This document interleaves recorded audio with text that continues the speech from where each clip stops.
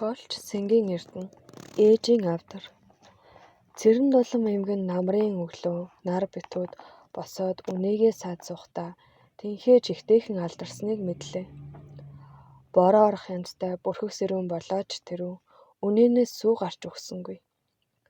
Гэтэл өвсний сүл сая тасарч байхад сүүгээ ингэж татмааргүй. Хар тарлангийн угсааны үг нь сүүтэй үнэнд хүүтэн бороо зүгэнсэн бололтой. Хавчиж тэлчлээд эвэлгэж уйсан тухлаа хүртэл муухай хэлэлцэн. Хотын хог дээрээс түүж авчирсан талхны булангуудыг дорхноо хэвж орхиод төмпөнгээ харжигнуулан долов. Талх тавьж өгөхгүй бол цаалхдаггүй амтан.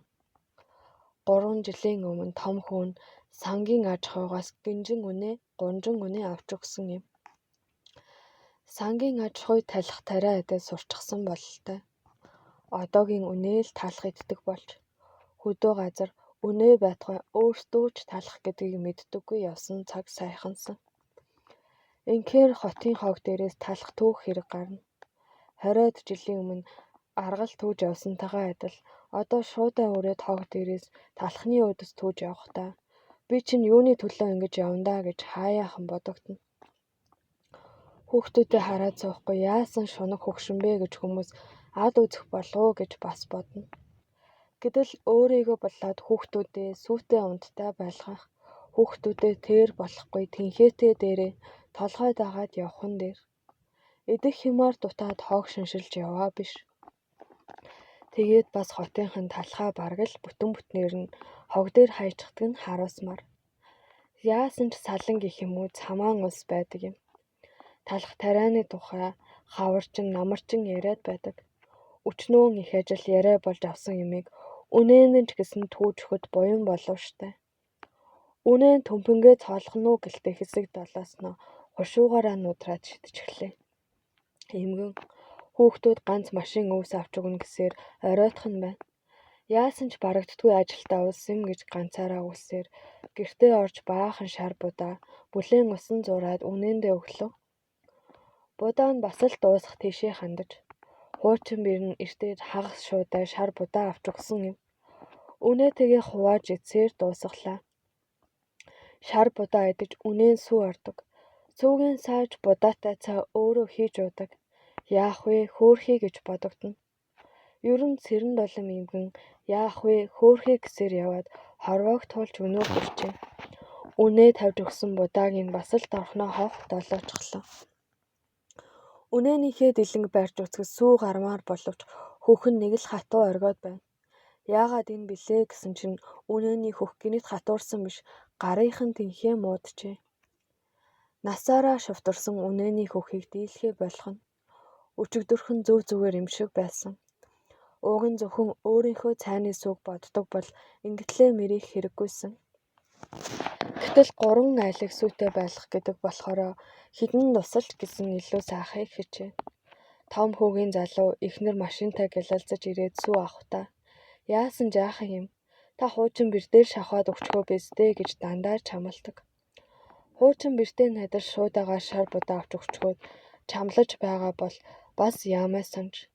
Гэтэл ээж сүү сааж бид авч байх ёстой гэхээс цаашгүй хүүхэндээ хөөрхий.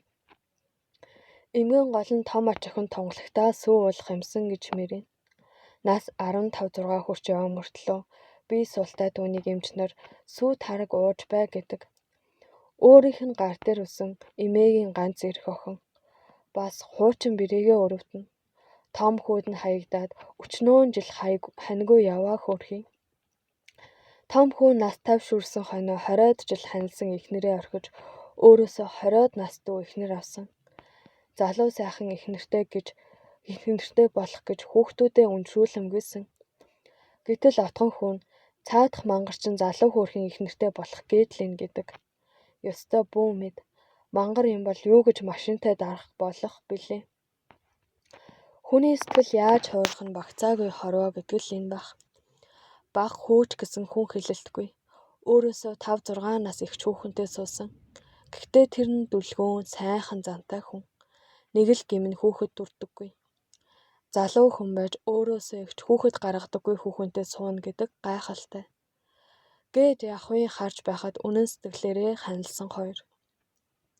Тэгээд ч эхнэр нь яавал хүүхдтэй болох вэ гэж юм мэддэг гэгдэх хүмүүсээс сэм асуулган жил бүр хужиртын халуун усанд очиж сувлуулдаг юм. Нас төвч хүрээгүй мах мараа сайнтай хүн эгзгэн таарахаар хүүхэд олно биз. Эмгэн ингэж бодно. Бодох юм барагдаг хорвоо биш дээ. Одоо ч хоосон төмпөн хажигнуулан 7 хүнээнийхээ хүүхийг тэнхээ алдарсан хуруугаараа шувтран тунгаа биеийн муудаад имлэгт хөвцөн гэсэндээ ивээ минь элгэн таараг бүрээд аваачиж өгье. Ганц машин өвсдөл бол талах түгээд алцахгүй онд орно. Ирээндээ хээл хожуу авсан ч халуун намраар ширгэх болоогүй. Зуны сүүл сар гарч байхад 100 мохот 30 төгрөгөөр гуйж хээлдүүлсэн юм чинь өдийд хээлийнхээ нэлхад харин илүү сүү ормоор юм. Тэнгэр муухайхыг зүнглөө хөөх юм гэж бодон хувингийнхаа ёроол жаахан сүү сагаад бостол өмнө талын хонгор шарвал яг нүдэн дээр нь унан дайвалзаад дотор нь харанхуйлан зүрхэн салгалав. Дүдтэй анж нэг хэсэг цогслоо. Зуны их үерийн дараа хайластын амны хойд уулын оройд шахам нүүж бууснаас хойш ингэж дотор нь давчтаад байх болж. Үерийн дараа хүүхдүүд нь өстой усан галав юусан ч аюулгүйгээд уулын оройд буулгасан юм. Гэтэл уг нь талын хүнд өндөртүүд байгаа бололтой. Ядахнаа амны урт талын их уул дандаа л нүдэн дээр нь унаж ирээд байх шиг болно. Зуны их үерээр өөрийнх нь хашааны нэг тал усанд автаад гайгүй өнгөрсөн ч айл сахалтынхан сүрхийг үзээд хэртхийн цацсноо бие нь муучсан бололтой. Тэгээд л үүдэрээ гадагш цухих болохонд урт талын хонгор шарвал мэсхийгээд дотор бочимдуулна. Уг нь хотын шуугианаас хол сэргэлэн сэлүүн газар. Өглөөгөр борл хэрлэнгийнхэн талыг санагдуулсан аягийн үнэр ханхлана. Эрт босоод гарахад их хот тоо томшгүй машиныхаа дуугаар битүү түрхрэн сэрж өглөөний тогтоонд тунсан хөх утаан хүнжил доороо харлан нэвсэж байхад эдний энд хэдийн нар тусчихсан байна. Гэхдээ л намрын ухаа шарвал нүдэн дээр унаж дотор бочимдуулан хэрлэнгийн талыг учиргүй санагдуулах нь хэцүү. Хэрлэнгийнхээ талд явсан болоосай гэж үе зүрх шимширнэ. Нутаг санагдангуут урдын явдал дурсагдана. Урдын явдлыг дурсахаар хүн санагдана. Одоогийнхыг бодвол биеийн чалах нүүрний толио алдаагүй явснаа хаяа өгүүлэн гансархуйд нүгэл байгаадаа гэмээр. Гэвч насан дээр гараад залуу зандан цагаа дурсах нь хүний ёсон юм биз.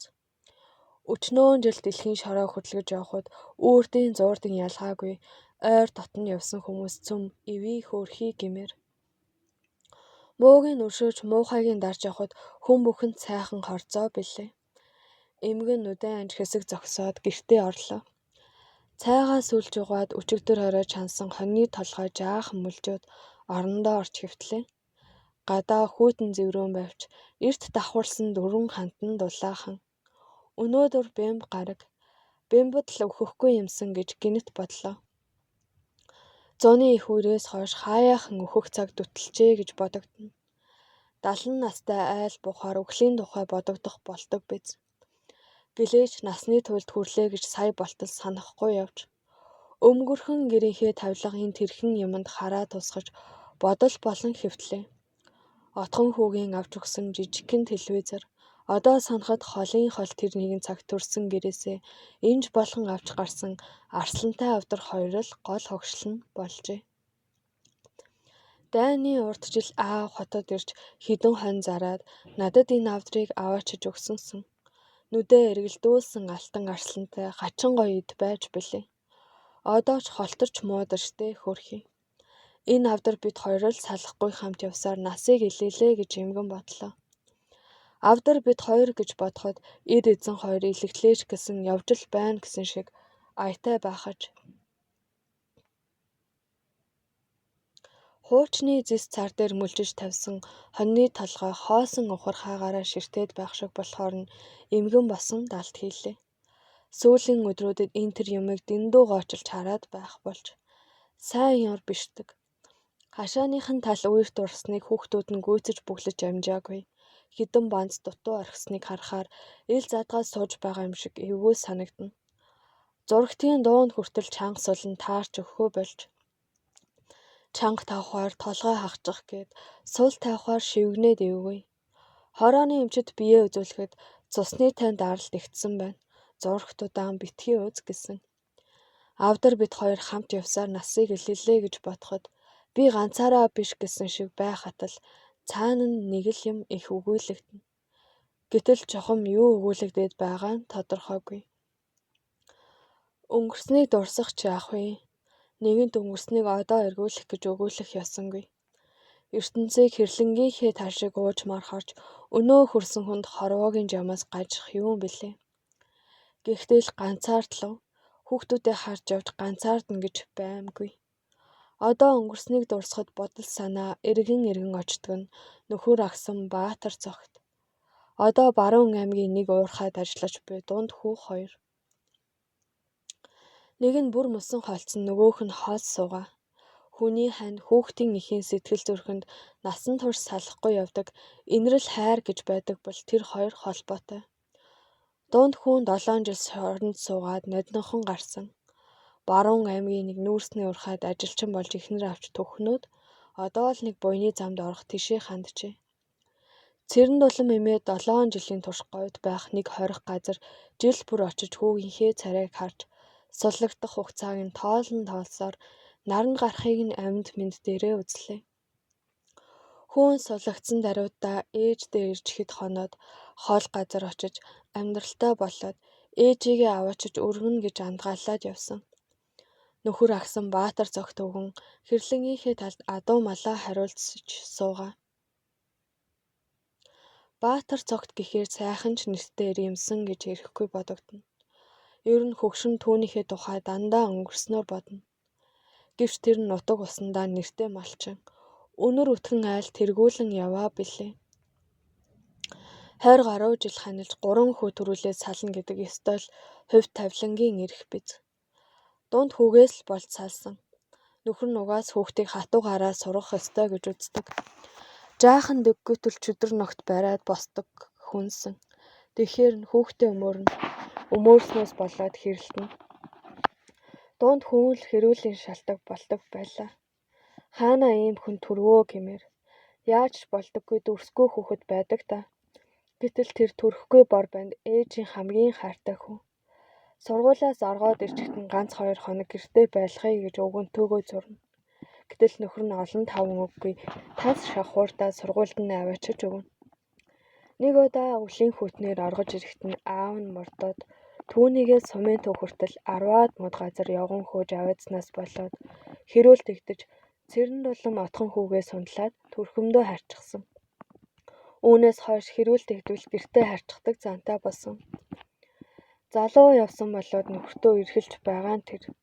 Дунд хүн 8 жилийн сургууль дээсэн дөрөвтэй явж төгсөөд техникумд суралцаж байснаа хүний санаанд оромгүй хэрэгт холбогдож яар шийтгүүлсэн. Тэгэхэд л нөхөр нь чиний төрүүлсэн хүүхэд миний нэрийг бузарлаа гэд явчихсан юм. Өнгөрсөн юм өнгөрснөөрөө л холддог хорвоо. Гэвч нэгэнт насны туйлд ухаж ирдсэн бол өнгөрөөсөн амьдралынхаа утга учирыг болоод одоо иймэрхүү янзын ам зуулгатай яваагийнхаа учрыг цэгнэж мэдэх ёстой болдог биз. Магадгүй өгүүлэгдэж дутагд байгаа гол юм нь энэ биз. Үр хүүхдийнхээ өмнө өөрийгөө буруутгах зөвтгөх аль нэгийг шийдэх юм уу? Ер нь би юуны төлөө явж вэ гэсэн их хүнд хамгийн энгийн ойлгомжтой мөртлөө бас ч цагаа тулахаар зовлонтой асуулт тулгардаг ажээ. 3 хүүгийн нэг нь буруу замаар орсон. 3 л эцэггүй өссөн аль нь миний буруу биш биз. Тэгээд ч 3-3 хүүтэй их хүн байтлаа.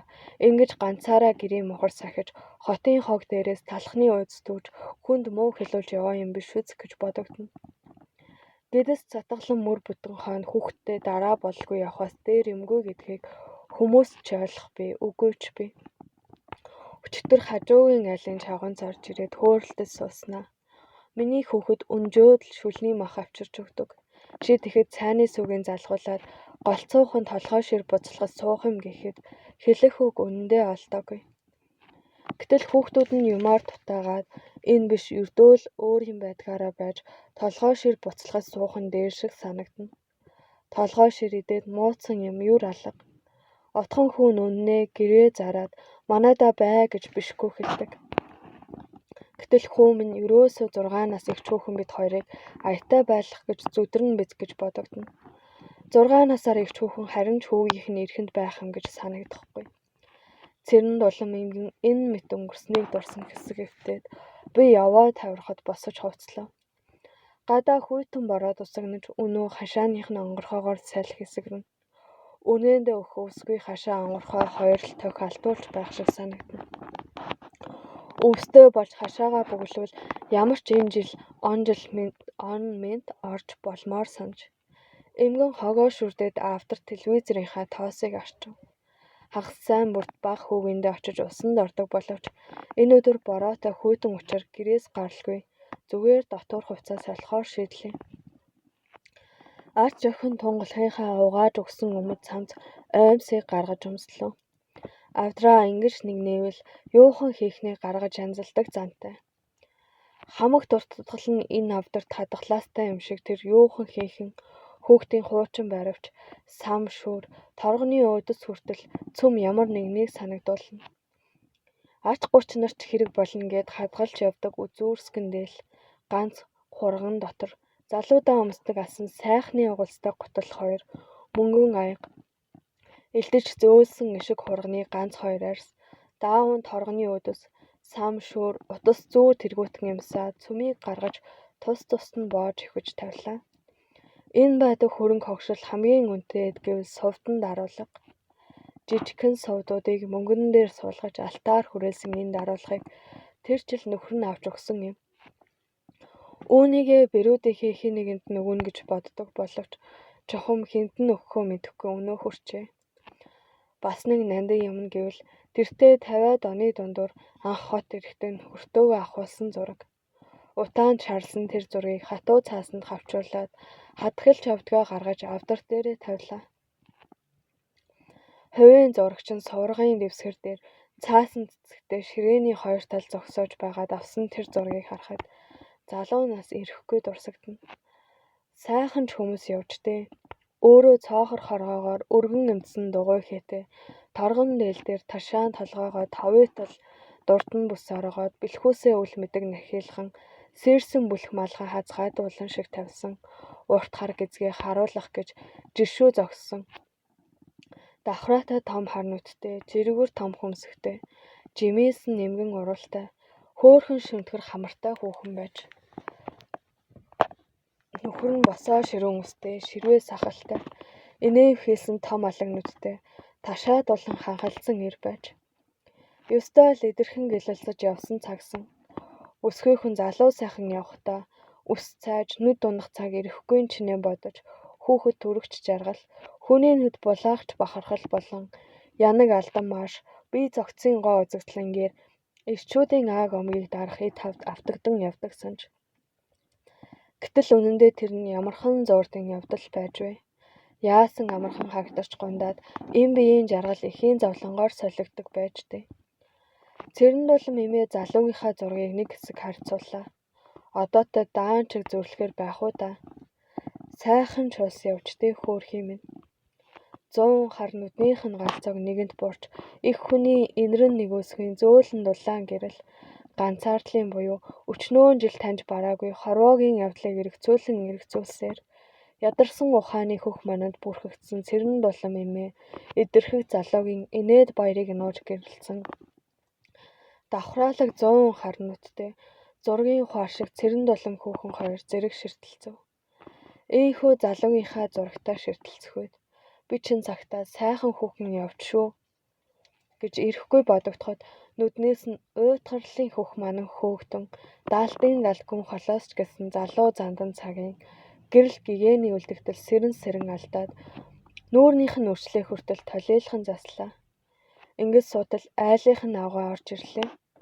Өөрөөс нь арай залуувтрын авгаа угаас хотын хүн бөгөөд хүний баг эмч охин жолооч хүргэнтэй тов хийсэн амжиргаатай айл. Нөхөр нь хэдэн жилийн өмнө нас барсан учир мөн ганцаараа суух боловч байдаг хүнтэй. Тэр байдаг хүн нь хот хөдөө хоёрын хооронд панз үсэргдэг. Гүйдэл суудлан сайн мэддэхгүй нэгэн сүрхий ир билээ. Авгаа түүгээрээ илт бахархана. Үерийн дараа айл бууснаас хойш хоёр хөгшин 7 булчирхаагаа тоочин ярилцсан. Гэвч чавганц нарын ярих хөөр хэм дуусах биш. Залуудаа ахуулсан зургийн тухай яриач дорхноо үдлээ. Урьдын зурагчингууд сайхан батаар татдаг байд шүү дээ. Хүнийг байгаагаас нь цэвэрхэн болгочих нь гэж. Тэгээд бүр үлгэрийн оронд байгаа юм шиг сум сувраг цэцэг навчтай авна. Одоогийн зурагчид нэг л гэлс хийгээд дууссан. Зураг авахтаа хүртэл яардаг цаг болсон юм. Яарахгүй юм гэж юр байхгүй. Бид юр тайван хүмүүс байсан юм. Манай хүүхнийг яанда байж бадлаа гэгээн цагаан өдөр хүнжилтөө орё гин. Хүн ороод ирвэл яана гэхээр хэн ирдэг юм гээд л хэвтэн шүү дээ гэж айлын авгаа хөхөрлөө. Цэрэн дулам эмгэн хөршийнхөө иймэрхүү хөнгөн шалгадуу ярианд дургүйхан. Гэвч энэ удаа залуу зандан насаа дурсаач тэрв. Нээрэл тайван сайхан цаг байж дээ гэж бодоод хөдөөгийн бид нарч бас арай дэндүү амгалан хэмээр улс байжээ. Намар үдэд бол бүр зоо тэнгэр суун шүү дээ. Тэд намар Баатар цогт маань туураас буцаж ирлээ. Би 23 дөрвөн настай байсан бах. Нөхрөө сандаг цагалтаа хөөрхий. Баатар цогт анх мал туусан тэр. Тэгээд ирээн цавын базад мал хүргээд хөлсөнд нь зөндөө мөнгө авсан байхгүй юу. Гэртээ орж ирэнгүүтээ миний эхнэр 8-аагаа их санав гэж байна. Саналгүй яах вэ? Бүр битгэртлээ саналаа гэсэн чинь тэгвэл чамайг шалгандаа гэж шоглож байна. Шалгал гэлээ хөргий. Тэгээд эхнэр минь намайгаа аргагүй их санжээгээд төрөвчнээс совдон дараалга гаргаж өглөө. Түүнийг нь би одоо хүртэл хадгалж явдаг гэхэд хурш авгай. Алив түүнийг үзүүлээч. Банзарлав аавн шүү түүнийг чинь. Эдшний малаар өгчихгүй юу гэв. Цэрэн дулам эмгэн совдон даруулгаа дургүйхан гаргаж үзүүлв. Хурш авгай түүнийг нь үзээд үнэхээр гоё эд байна. Сансны төлөө совдон даруулгаар шагнадаг сайн л нөхөртэй байж дээ чи гэв. Ингээд хоёр хөгшин нэг нь салсан, нөгөөх нь нас барсан нөхрүүдийн тухай ярьсаж дурсаж суулаа. Нөхрөөд орсон гэдэг гайхамшигтай юмсанжээ. Цэрэн дулам эмээгийн нүднээс өнөөх уйтгарын хөх манан арчигдан арилж дотор нь уужирлаа. Өдөш үнээгээ сахад гар хуруунд тэнхээ орсон шиг хагас совын сүү салаа. Шүн оройхон болтол дотор хувцас агаагаад унтахаар хэвтлээ. Унтахынхаа өмнө зурагтаа асааж харах гэсэн боловч айхтар чанга дуутай захилгаан хөгжимд жаадгар хувцастай. Эрэгтэй эмэгтэй нь ялгахдаггүй залуус дэвхэрцэж дуулалдаад үзэж болсонгүй. Маргааш чохиндоо аваачиж өгч тараг бүрээд залуу бэрийнхээ авчир тавьсан савыг сүүгээр дүүргээд хэвтэгтэй. Маргааш залуу бэрийн ирэхэд совдон даруулгаа өгье байц. Хизээ өхөө мэдэхгүй мөртлөө юу дарж суух вэ? Гоёх дуртай хүүхэд зүүгдээ хөөрхий. Дааваа авч хурган дотроо өнгөлөө тунгаадаа өгөх юм байна. Дунд хүүгийн сая айл болсон төвхнөж ядчил яваадаа хөөрхий. Эрэх цунаас намайгаа аваачна гэж загтал бичдэгтэй. Намайг зовоосноо ухаарад насны минь эцэст өргөе гэж боддог болоо биз дээ. Эвээ минь эр хүн 7 дортож 8 сэгдэг. Ажилтай амьдралтай залгаад ямар сайхан хүн болж явахыг хэн бай гэхэвдээ гэх зэрэг олныг бодсоор тайван унтлаа. Өчтөр орой эмнэлгээс гарсан аж охин тунгалаг өглөө эртлэн эмээгэндээ гүйж ирлээ. Өдийд хэдийн үнээгээ саажгаад юмаа хийж байдаг эмээ нь орноосоо босоогүй байлаа. Үргэлж халууд өгөж байдаг өмөрхөн гэр нь юр бусын цэмцгэр хүйтэн ажээ. Угааж үлгсэн юмнаас нунтаг савнгийн чийглэг үнэр ангилна. Эмээ та босох болоогүй юу гэд тунгалаг орлуун төгснөө зог туслаа. Эмээ нь турхайгаараа элгэндээ өвхэд унтаж байх шиг атал царайн зэвхий даагаад нэг л биш. Нүд нь анаастай, цусгүй уруулан тас жимээгээстэй. Охин хэрэг биш болсныг мэдээд эмээ минь гэд орны хажуу сөхрөн унлаа. Ийхүү цэрэн дулам эмгэн насан өөд боллоо. 3 өдрийн дараах сонгоо гарагт эмгэний шарлыг хотын ойролцоох цагаан давааны оршуулгын газар хөдөлгөлөв. Хүүхдүүд хуучин шинбэр, ач нар тэдний танилуд, ажлын газрынхан гээд олон хүн ирлээ. Холын аймгаас дунд хүн саяхан суусан их нартыг ямжиж ирлээ. Эцгийгээ дуурайсан ханхар том биетэй, Ширвээ сахалтай, орон шоронд олон жил явсан гэхэд хаа очиж номхон дүлгөө янзтай бодол болсон тэрхүү ээжинхтэйгээ адил 100 хар нүднээсээ том том нулимс туслуулан чимээгүйхэн уйлахад жаахан бийтэй. Нэг л бор дүрлээсэн том нүд болсон бондгор бор царайтай охин сэвлэгтэйгээ эхнэр нь яах учраа олохгүй бүлтгэнэн. Том хүн санчигнаасаа бууралтаж яваа буржхар хар устэй. Өөртөө ихэд итгэсэн нүдтэй бөгөөд их л энгийн ээлдэг ааш гаргаж ядсан хүн. Зөвхөн авсыг нөхөн тавихад хідэн тусал нулимс унгаад учир зүггүй ихэр татан уйлах залуу эхнэрээ нүд үзүүрлэн хялмалцаж байлаа. Эхнэр нь баяр ёслолд ирсэн юм шиг гойчсон бөгөөд энийг тэг тэрнийг инг гэж зааварчлан ийхүү уйлахтаа хүмүүс жүжиглэж байна гэж сануузай гэсэн янзгүй. Отхон хүн зүс царайгаар ээжтэйгээ яг адилхан залуу. Царай ихэд баргар хамаг хар бор ажлыг гардан хэр самбардан нэгш тусал нулимс унахсангүй. Түүний эхнэр урдынхаар бол сайхан хүүхдэн гэгдэх заан шиг алхаатай. Дүлгөөн царайлсан гамбар цагаан хүүхэн чимээгүйхэн уйлж бараг л муужирч унах нь холгүй ач өхөн тунгалахыг аргадан түшиж байлаа. Эмгний хуучин бэр насчиж яваа гэвч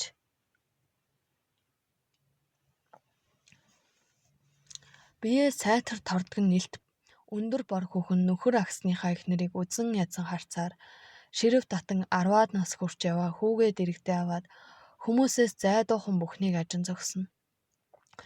Эмгний шарлыг цагаан даваан дах алаглан яриасан олон булшны захтуу уулын ингэрт болж толгой талд иргэдийг үйлчлэх товчооны алгын чиний чулуу тавилаа.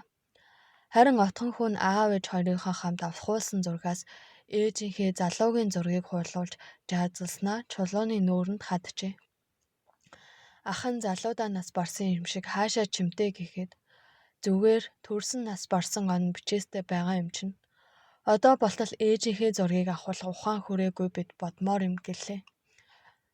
Эмгний хойтон ёсыг гэрт нь хийлээ.